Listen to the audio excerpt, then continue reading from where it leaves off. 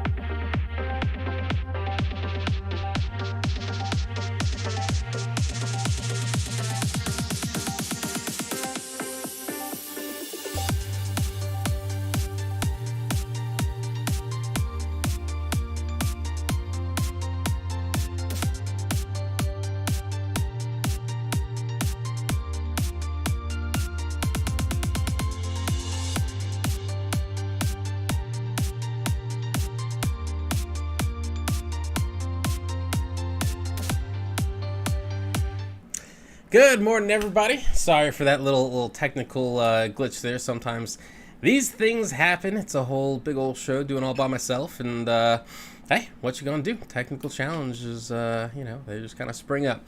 But just wanted to wish everyone a happy Wednesday. So right now there's the Georgia runoff still going on. They're still counting votes. It looks like Democrats might actually pull this one out. So far, Raphael Warnock is the projected winner over Kelly Loeffler, and John Ossoff is leading David Perdue with, there's some votes still left to be counted, but it's mostly in Democratic-leaning areas. You don't have to be like a political genius or a political, a huge political fan to realize there's probably more Democratic votes in the areas around Atlanta than there are in rural areas in Georgia. And that's the vote that still needs to be counted. So, I thought that there was absolutely no way Georgia was going to go blue twice. That's usually a pretty deep red state. I mean, there's things that are actually built into that state to make sure that minorities don't vote, and they really showed out in this election. So, hey, those $2,000 checks, those might actually be happening soon. And the Biden administration just got a whole lot more interesting. If he's actually able to pull off a win, or if the Senate actually goes blue and the Democrats win in Georgia, which, hey, I will definitely, I'll definitely drink to that. Yep, and this fine morning, I'm having a nice little glass of wine. Hopefully, you are finishing the day, not starting the day, because getting up at 2 a.m. does suck. Well, that being said, let's jump into it. So if you haven't already, go ahead and do me a favor and like and subscribe to the channel. Lots of interesting breaking news we try to talk about on this show here. Try to go a little bit more in depth than just try to be the first person to report on something. Try to be a little bit more accurate. So if you want more of that, do me a favor and subscribe to the channel. So I've heard a lot of people talk about whether or not Trump is going to jail or prison. And a lot of it is honestly not that realistic. I mean, it just isn't. I mean, if Trump was convicted of a crime, he would be the first former president to do so. And, Trump's been accused of a lot of crimes and, could be in some trouble, some fraud trouble here and there. But prison, that seems a little out there. At least that's what I thought until I heard this. All I want to do is this. I just want to find 11,780 votes, which is one more than we have. For weeks and weeks, Trump has been trying to call the Georgia Secretary of State, Brad Raffensperger, to talk the 2020 election. Apparently, the White House has tried to call Brad 18 times. Seems a little desperate. Like, why are you so obsessed with me, bro? Like, if you were dating someone, they tried to call you 18 times in a row, and you didn't pick up, you'd probably break up with him. But this time, Brad actually decided to pick up the phone, and he hit record. We have won this election in Georgia based on all of this. And there's nothing wrong with saying that, Brad. As we've previously covered, after Lindsey Graham pulled the same shit a few weeks ago and got caught and got himself under investigation from the FBI, this is actually a crime. Now, I will read for you the actual statute here. It's a little wordy, so bear with me. According to Section 18 of the U.S. Code of the U.S. Constitution, whoever being a person employed by any administrative position by the United States or by any government or any department or agency uses his official authority, should be his or her, but a little old school constitution, uses his or her official authority for the purpose of interfering with or affecting the nomination or the election of any candidate for the office of president, vice president, president-elect, member of the Senate, blah, blah, blah. You can read it on the screen here. There's a lot of different officers, but they shall be fined under this title or imprisoned, not more than a year, not more than 1 year, or both. So, I don't know about you, but listening to that call, it seems that Trump might have crossed the line there. Now, you'd think Republicans would be unanimously condemning Trump for this call, but if you thought that, then you haven't been paying attention. Instead, Republicans are attacking Brad for recording the call. And I'm like, come on, seriously? You're attacking him from recording this? Have any of you guys actually heard Trump's past phone calls? It's better to be on TV than by phone. Yeah. I think. A wisecrack about the phone call they had back in July. That call, now the focus of an impeachment inquiry. Goes through air, Bob. That's always tougher than the touch. You know, the touch, you don't have to touch things, right? But the air, you just breathe the air, and that's how it's passed. It's also more deadly than your strenuous flus. This is more deadly. This is 5 per... this is 5% versus 1% and less than 1%. So this is deadly stuff. Yeah, Trump's got himself a little bit of trouble on the phone there in the past, so it's pretty easy to see why Raffensperger would not want to take that call, especially after Trump's floated all these really insane conspiracy theories. It appears that his brother, the Georgia Secretary of State's, I forget his Rappenstein, begins with an R. His name came up. His brother is an executive, apparently a very high up executive in Huawei. Now, Huawei, as you know, is a Chinese tech company. So here's the thing. Brad Raffensperger does not have a brother. So I guess Trump is attacking anyone with the last name Raffensperger, so if that happens to be you, you've been warned. It's a real question now, could this actually lead to Trump being impeached again?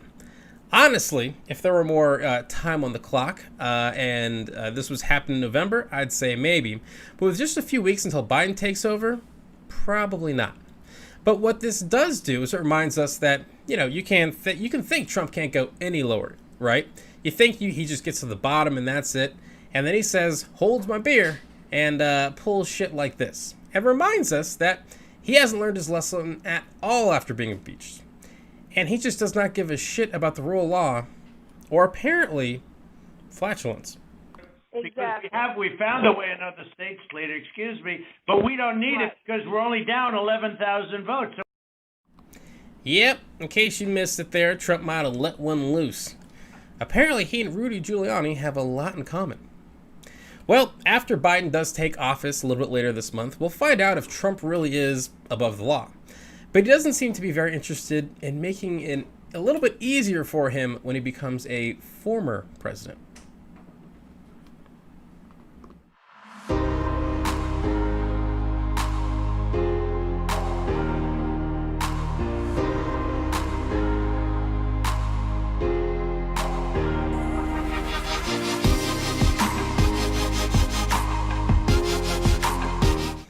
Hey, what is going on? Welcome back to the show. So, if you haven't already, do me a favor, quick little favor. I know there's a lot going on today. Do me a favor and like this video, maybe subscribe, leave me a comment, let me know what you are thinking. So if there's one word I would use to sum up 2020, it would be pandemic. But that's obvious, right? But if the runner-up, it would have to be unprecedented. Everything that happened in 2020 was called unprecedented. Like what's happening with the election and everything that's going on with the virus. But when it comes to the voter fraud allegations, especially what's going on in Congress right now, it's actually not unprecedented. But before we get to that, I'll be honest about something. I have learned a lot more about our government during the Trump administration, especially about this election process. There was a lot of things that were apparently just norms and not laws. And there's a very tedious, long process for the election. I mean, I knew it wasn't all over on election night, but a lot of this process just wasn't exactly common knowledge because it was all, mostly ceremonial. But thanks to Trump fighting reality every step of the way, we've learned more about the election process than we probably have ever wanted to.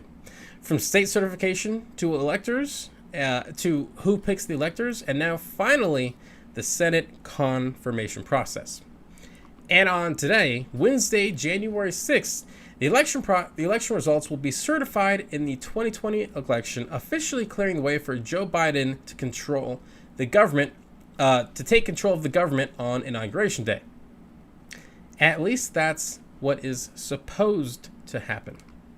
As his last-ditch effort to overturn the results of the 2020 election, Trump is urging Republican lawmakers to abandon democracy and pledge their loyalty to him by throwing out the results of the states that are supposedly in question and allowing him to overturn the election results. And apparently, more than 140 congresspeople are totally down for this. But if that whole thing sounds super ridiculous, that's just because it is. So that's not how this process works at all, right? The votes are counted and members can object. But at best they can do is make the process drag out for a few more hours. At worst case, no one reaches 270, which might sound horrifying to Democrats. But to be honest with you, they've got absolutely nothing to worry about. Let me head on over to Politico and let me quote Republican Senator John Cornyn, saying there's good constitutional and other legal grounds to say you've had your day in court. 60 different lawsuits in state courts. You've had a chance to appeal to those to the Supreme Court. And as I read the law, once the state certifies its election vote, it's conclusive. So yeah, here's the thing. You can't just throw out election votes, state results, just because you feel like there's something wrong with them, right? And they've had their day in court. There's also the little sticky problem that if they somehow do get the election results thrown out of the Senate, then it all goes to the House, the Democrat-controlled House. So unless Nancy Pelosi has a very, very big change of heart, Trump is done. But this isn't just stupid, right? This isn't just, just dangerous, just Trump, not being able to get over this loss. It could get dangerous. And it could all get much, much worse today. But the bottom line is the court is saying, we're not going to touch this. You have no remedy. Basically, in effect, the ruling would be that you got to go to the streets and be as violent as Antifa and BLM. That's GOP Representative Louis Gohmert, who had his election fraud case thrown out in court. And now he's calling for people to get violent like BLM and Antifa. So, as we speak, right now, the Proud Boys and other extreme hate groups that are a fan of the Fuhrer, or the wannabe Fuhrer, are heading to D.C. and getting ready to protest the results of the election. So what you're going to see is in D.C. is MAGA hatred on full display. They were actually out there yesterday on the 5th. And what this really is the last gasp of the Trump presidency. It may be violent, it may be destructive, but keep in mind it won't change anything. Nothing at all, right? This process is set in stone. But unfortunately, all of this isn't unprecedented, right? This has happened before. The shoe's just on the other foot. And to be honest with you, that actually gives me a little bit of hope. Now, this is some old school CNN right here. But after alleging widespread irregularities on Election Day, a group of Democrats in Congress objected Thursday to the counting of Ohio's 20 electoral votes, delaying the official certification of the 2004 presidential election results. So here's the thing. After John Kerry lost the 2004 election to George Bush, a group of Democrats actually challenged the certification process. Now, of course, the Democrats, they were actually raising serious questions about voter suppression, and they had legitimate gripes here. They weren't talking about like made up stories about voting machines changing votes and stuff. But it's strange just how similar it all sounds, right? Here, let me scroll down here. The objecting Democrats, most of whom were House members, wanted to draw attention to the need for aggressive election reform in the wake of what they said were widespread voter problems. Which, it's weird, it's almost word for word what Republicans are saying nowadays. And as they say, history repeats itself. And so what I'm really hoping for is that after all this is said and done, we can get back to politics as normal, right? It doesn't always seem like we can at this moment, and that might be, crazy optimistic of me. But hey, history does repeat itself, so who knows, right? Government and politics has been bad before. I mean, there's been times when people have literally beaten people on the Senate floor, right? But it's also been good as well. So maybe, just maybe, we can get back to that in 2021. Fingers crossed, y'all.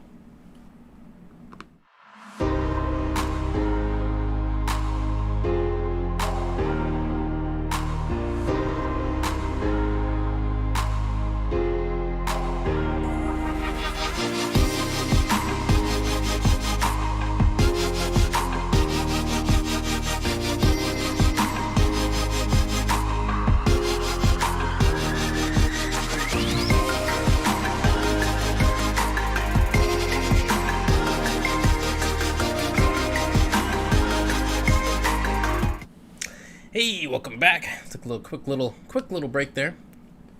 So, if you haven't already, do me a favor, like, subscribe to the channel. You might even learn some stuff, right? I kind of learned some stuff researching this story, and maybe you learn some more stuff too if you subscribe to Citizen Pete. So a few weeks ago, Trump surprised everyone. Democrats, Republicans, and even members of his own administration. We got on Twitter and demanded that Congress increase the direct payments to Americans from $600 to $2,000.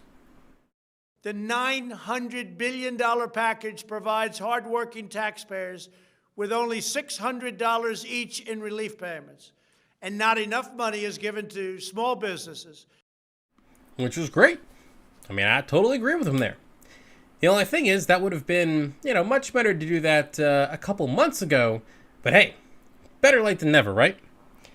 So, the thing about this is that, Democrats have been asking for more.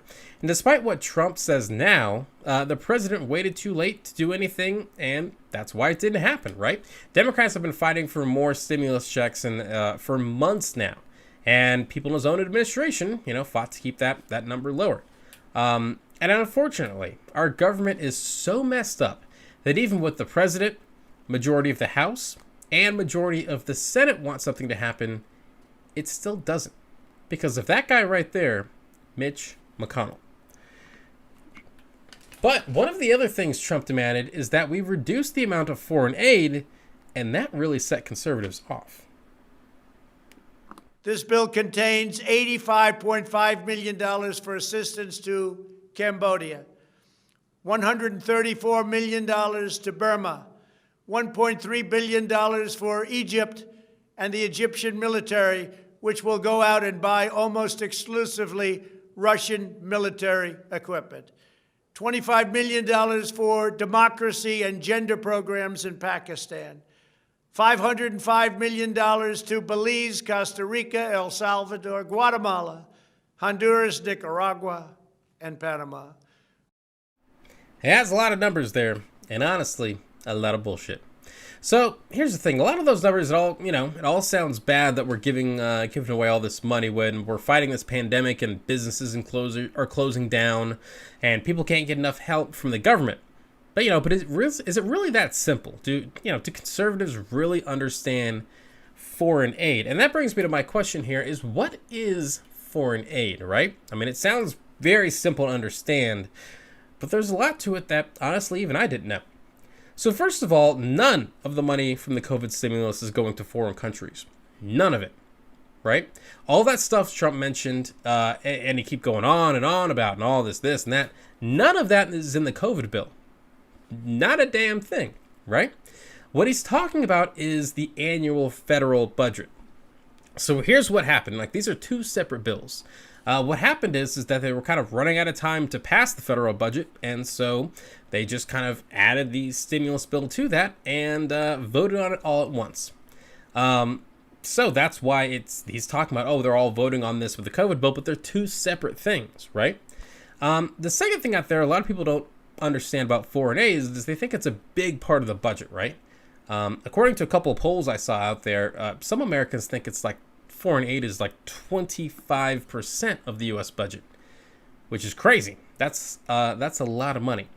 But in actuality, it's really closer to just 1%. So here is a look from the Congressional Budget Office, right? And it's looking at the 2019 federal budget, because let's be honest, 2020, was a little off for everyone, especially the budget there, right? That's I haven't looked at those numbers yet, but those are going to be crazy.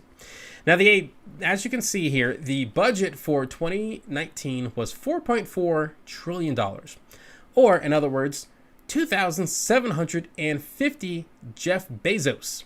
That guy's got a lot of money, all right? So that's what the federal budget, that's what the government spent in 2019. Well, here's what we spent on foreign aid, right? This comes from the USAID, right? And in 2019, we spent a total of, wait for it, $39 billion on foreign aid in 2019. Okay, so let's get that. You got 4.4 trillion versus 49 billion. All right, that's a big discrepancy there. And don't get me wrong, that's still a lot of money. But a lot of folks claiming, and there's a lot of folks claiming that we shouldn't be giving foreign aid to foreign governments at all. But don't worry, we actually aren't. That's a very common misconception out there. Only about a fifth of U.S. economic assistance actually goes to governments. In 2018, this article from the, I believe it's the Brookings Institute, found that 21% of U.S. official development assistance goes to governments. Only 21%. 20% goes to nonprofit organizations, 34% to multilateral organizations, and 25% elsewhere. And it's also important to note about foreign aid is that even though we call it aid and it's funding that they're getting, but really it's not just straight cash money, yo.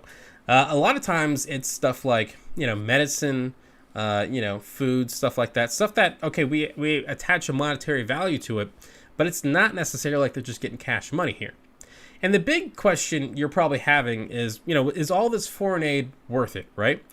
Well, if you care about other people and if you care about Americans, then the answer is absolutely yes. Also, the answer is ultimately yes. So extreme poverty has fallen by dramatically since we've been doing this over the past 30 years, from 1.9 billion of people living in poverty, which was 36% of the world's population in 1990, to about 8% in 2019. Maternal, infant, and child mortality rates have also been cut in half. Life expectancy globally rose from 65 years in 1990 to 72 in 2017. Smallpox has also been defeated, along with polio, and deaths from malaria have been cut in half. We've also helped save 17 lives from HIV and AIDS and enabled 2.4 million babies to be born HIV-free. That's a lot of good. And that's a big thing for all you pro-life folks out there, right? We're helping to save lives. Now, as I rattled off all those numbers, it's also important to realize that the better the world is, the better the United States is. Now, wars are mostly fought over resources and instability. So if we want to make sure we avoid another World War III, helping out with all this foreign aid is a real big component with that. Also, I know a lot of folks out there, especially a lot of conservative folks out there, don't like immigrants coming to America, right? And personally, I think immigrants are great. I think and studies show that they really help boost the local economy, but fine. We'll talk about immigration. Well, immigrants are much less likely to come to the United States if they aren't starving in their own countries. Take Syria, for example, right? The country descended into civil war, and refugees sought refuge in Europe. And all of a sudden, you had a migrant crisis. So if you're anti-immigrant, which again, I am not, you should keep that in mind. So the next time someone goes off on foreign aid, remind them that it's actually money well spent. It's helping to create a better world, which doesn't just help folks that outside of the United States, it also helps folks in the United States.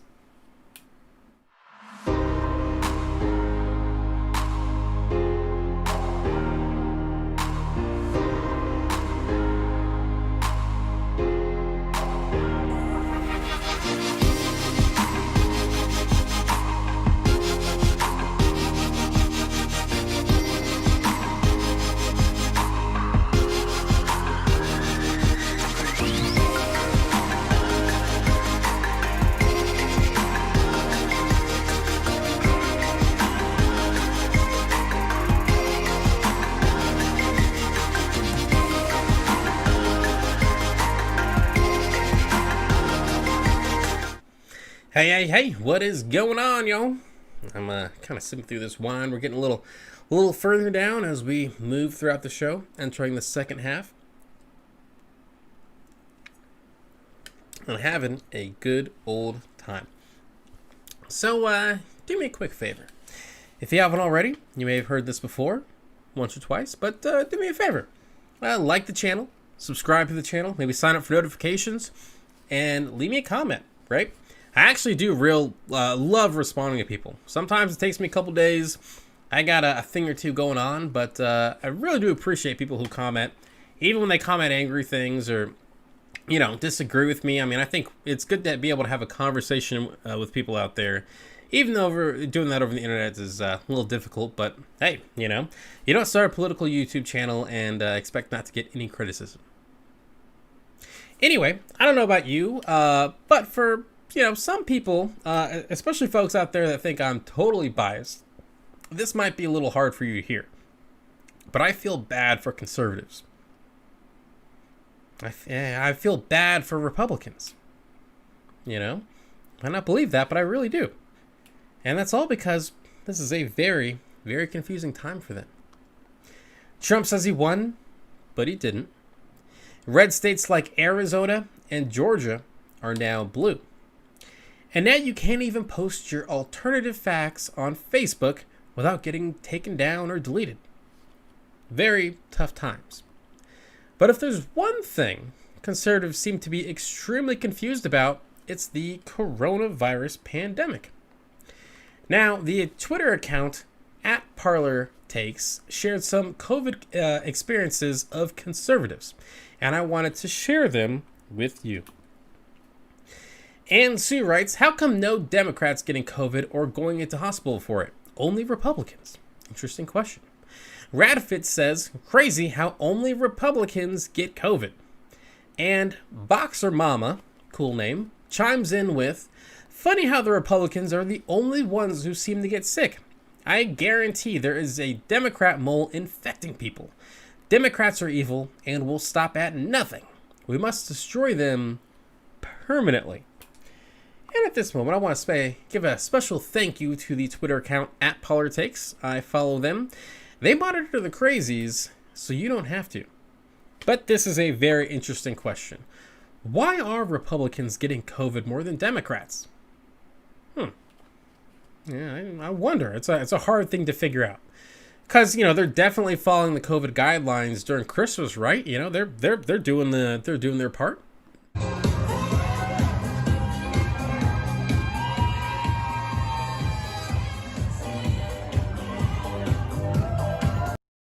Oh yeah, brother, get on that Trump train.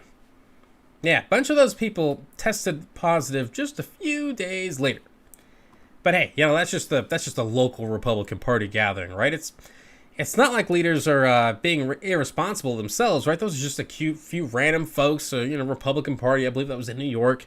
It's not like the leaders of the party aren't taking the coronavirus epidemic seriously. We love you, Mr. President! President Trump made a grand entrance at the White House Christmas party. Leaked images from the private event showed a large crowd of Trump loyalists enjoying the festive decorations. Guests stood shoulder to shoulder to hear the president speak, many not wearing masks. In one video, you can hear someone coughing. So there you have it. While you were opening presents over Zoom and distancing yourself as the holiday season this holiday season to avoid spreading the coronavirus, which has already killed 350,000 Americans, Republicans were getting their groove on. And now they're complaining that they're the only ones getting COVID. But again, I feel sorry for them. Right? And you should too. We should have empathy for these people. Because in this modern age, you really can fix pretty much anything, or almost anything. I'll be honest. I look down, see myself on the screen there. I'm a little heavier right now than I used to be. But I can go running, right? The hair's a little messed up. It's looking a little scruffy there. I'm gonna have to fix that before the show, but ran out of time. But hey, it only takes a couple hours to fix that. But as one of my favorite comedians used to say, or still says, Tell you something, folks. You can't fix stupid.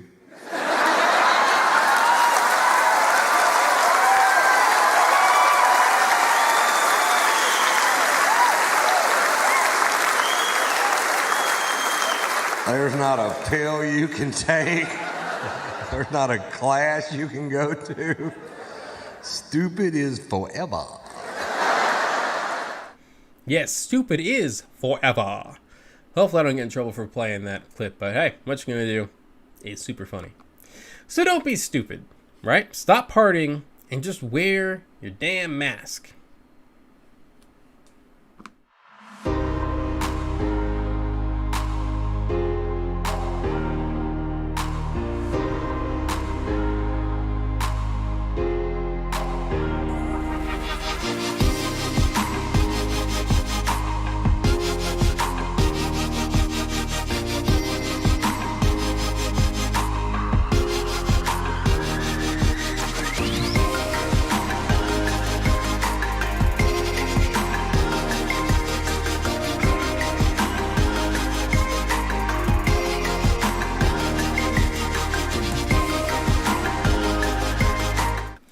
Hey, what is going on, everybody? Hope you're enjoying the show. We're just kind of heading on through. And if you like what you're seeing, and I hope you do me a favor. Like the channel, maybe subscribe. I would very much appreciate it. And leave me a comment. You know, I actually get a lot of ideas from people kind of asking me questions, including the one that this video is all about. So I got a friend of mine, a conservative good old buddy, and he asked me a very good question. He said California has been one of the most restrictive, has had one of the most restrictive lockdowns in the country. I mean, their COVID guidelines are far and beyond what a lot of other people are doing. And still, they're in the middle of one of the most massive and devastating outbreak of COVID cases in the country. And, you know, the deaths are just piling up, and hospitals in some part of the state are completely overrun. And so he asked me a question. Were the lockdowns actually worth it? Right? Well, you know, is this all worth doing all this stuff, right? Now I was raised to say there's no such thing as a dumb question, but this one was kind of pushing it. But again, this is my friend, so I looked into it. Now, first off, you can't really call what we did in the United States a lockdown. Yes, at one point there were more than 300 million Americans were under some kind of lockdown order or shutdown order, but these orders were vastly different in different states. So California's lockdown might be strictly enforced, but if Florida or Texas lockdowns aren't, it really doesn't matter. You know, you can see the only person that can actually close the borders and stop people from going to California and make sure that their lockdown is effective is President Trump. You know, states can't actually restrict interstate commerce. Only the federal government can do that. And Trump has been way too busy promoting conspiracy theories and trying to pull off a coup to notice that the nation is even in the middle of a pandemic. Also, political leaders in California haven't exactly made the situation much easier. Fox 11 exclusive. We've obtained this photo of Governor Gavin Newsom dining at the luxurious French Laundry restaurant in Napa the evening of November 6th. Yeah, it's a little hard to listen to the governor and his lockdown orders when he tells everyone to stay home, then runs out to catch dinner at some fancy French restaurant indoors, right? I mean, he was kind of indoors, outdoors. But yeah, if there's a chandelier over your head, you're indoors. Another thing that also hurts California in their fight against the coronavirus is that California is pretty damn expensive. Now, here is a map that shows what the most and least affordable states live in. And as you can see, California is one of the most expensive states in the country. And it doesn't just stop there, right? I'll scroll down on this a little bit for you. Blow this up on here. Here you go. Now, this map shows the type of salary you need based on a 10% down payment, as if anyone can do that nowadays, but whatever. That shows what the salary you would need to afford the average home. And in California, that salary is $128,000. It's a lot of money, right? Hopefully if you guys subscribe to Citizen Pete, maybe I could eventually get there one day, but it might be a little while for me. So it's a little harder to lock down when folks, the cost of living is so high and you're not working. It's a little harder to stay at home and not work, right? Because again, the cost of living is hard, so it's hard for Californians to stick with these so-called lockdowns. And the reason I just said so-called lockdowns is because not all lockdowns are created equal. When all this started, here's what the lockdowns looked like in New Zealand. The roads largely empty in Auckland, in Wellington and Christchurch, eerie sights and silence. At sports grounds, big stores and bigger malls, transport hubs, parks, and around our most well-known spots. And here is what the lockdowns looked like in the United States. A flashpoint in this debate over how and when to reopen the country, from Chicago to Indianapolis to California. Can't take our freedom! In Huntington Beach, hundreds of protesters swarming the coast, officers managing crowds on horseback, just 24 hours after California's governor ordered the closure of all beaches in Orange County. Can't take our freedom. Anyway, the number, looks a little different, right? Looks a little New Zealand and all the states around the country looks slightly different there, and the numbers look different too.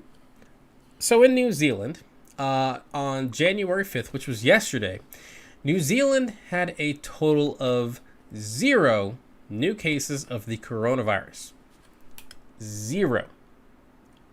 Okay, and just to be fair, on the 2nd of January, they did have a massive spike of 19 cases. Now, here in the United States, the numbers are a little different. So, yesterday on the 4th, we had 198,000 cases of COVID-19. But hey, that's a little bit better on the first when we only had 147 new cases. But that could be due to just people not reporting after their hangover. So, back to the original question. Were lockdowns worth it? Well, if you're actually going to do them, they're totally worth it. It's like running to lose weight. It's effective. It works for everyone. But if you're only going to run once a month, it isn't really going to work. So hopefully, with masks and vaccines, we'll be celebrating the new year very differently when we ring in 2022. But the way things are going, I would not hold my breath on that one.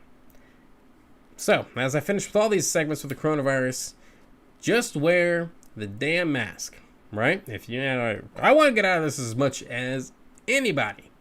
But that's not going to happen if people don't start taking the coronavirus seriously.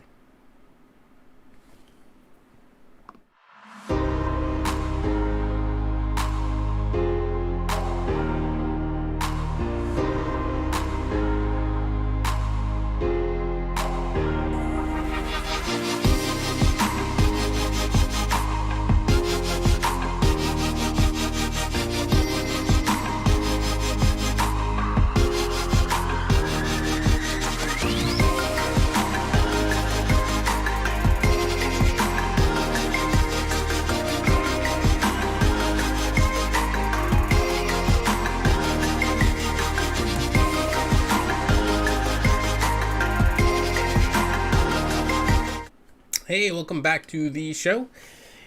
For the last story, as I finish up my last little bit of wine here, very fitting. Cheers to that, my friends. It has been a fun show for sure. I actually do like doing this a lot. So, if you haven't already, do me a favor, like and subscribe to the channel. So, a lot of other channels out there, they just kind of get like the big story, or there's commenting on this or that, and I try to find what's going on with other stories and bring you the truth. Actually, I didn't like how I did that.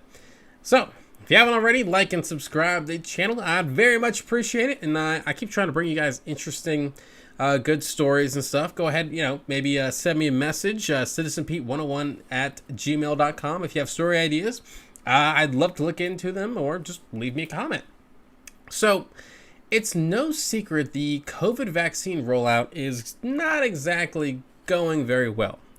It's actually going worse than anyone could have possibly imagined.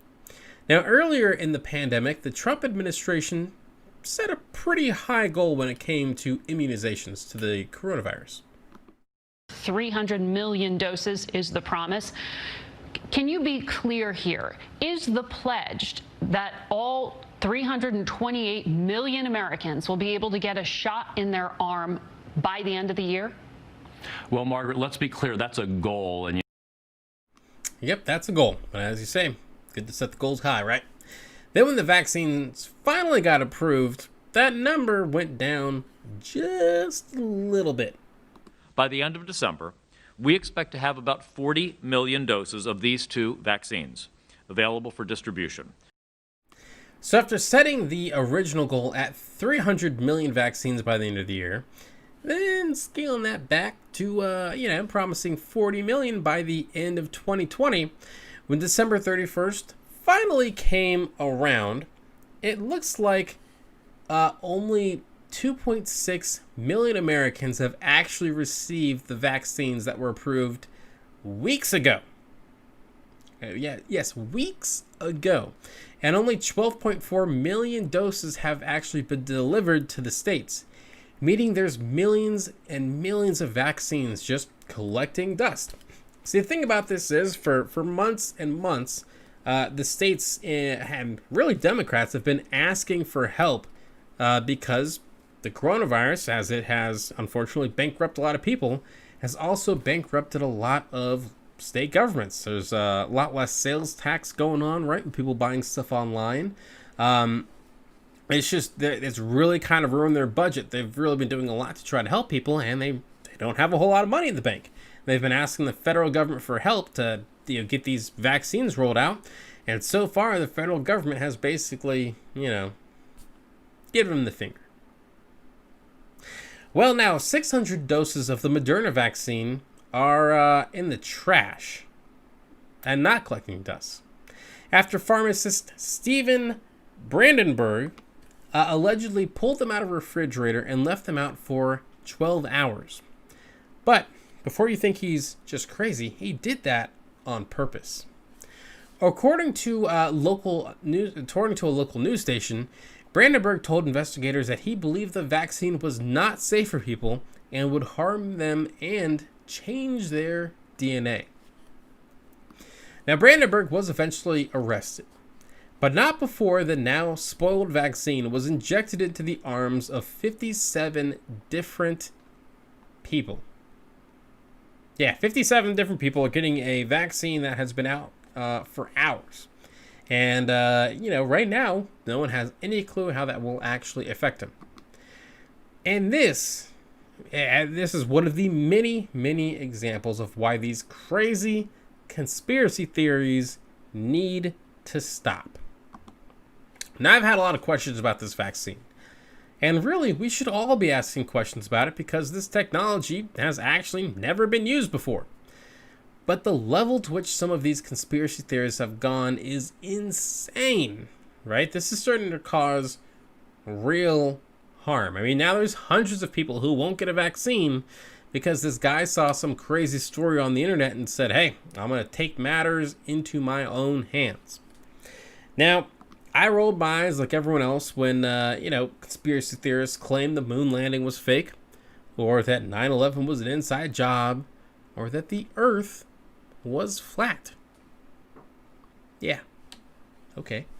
But now it's serious, right? This is causing real harm to people.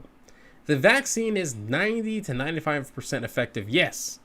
But we need 70 to 80% of people to take it to end the pandemic. It's kind of hard to imagine we're going to reach that number when conspiracy theorists are just out there throwing it away.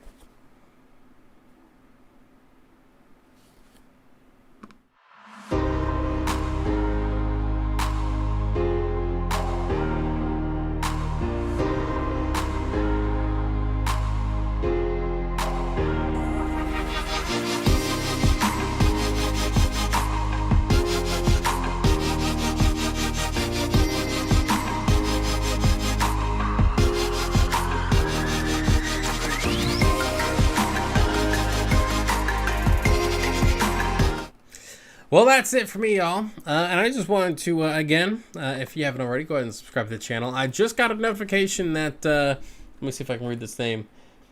Knowledgeable King Judah subscribe to the channel. Thanks so much, man. I, you know, man or woman, I don't want to make assumptions here, but I really appreciate it. You know, it's been pretty awesome. Like when I first started this channel, it's, you know, not a whole lot of subscribers. It took a while to get them to come along. But you know, honestly, I love politics, so I just kind of like doing this and being able to have my own platform to talk about stuff. And you know, so I really appreciate when anyone subscribes to the channel. It's really makes me, you know, kind of enjoy what I'm doing a lot. And hopefully you guys are enjoying what I'm doing. But that's the show for today. You know, again, it's going to be a very interesting day. January 6th, there's going to be a lot of craziness going on in Congress. A lot of folks trying to challenge these election results. And because the certification happens today, and it's going to get challenged. And those challenges aren't going to go anywhere. Just like none of the other challenges have gone anywhere. But there's going to be a lot of crazy, angry people in D.C. out there in the streets acting wild. So, especially, I can only imagine they're going to be even more pissed off with the with Democrats winning down in Georgia. That is going to make for some very, very crazy times. But I'll be here to report on all of it for you. So again, if you haven't already, subscribe to Citizen Pete, like our good friend, what was his name again? Knowledgeable King Judah. You know, follow his lead. Be knowledgeable yourself and subscribe to Citizen Pete. Thanks so much for watching, and I will catch y'all on the flip side.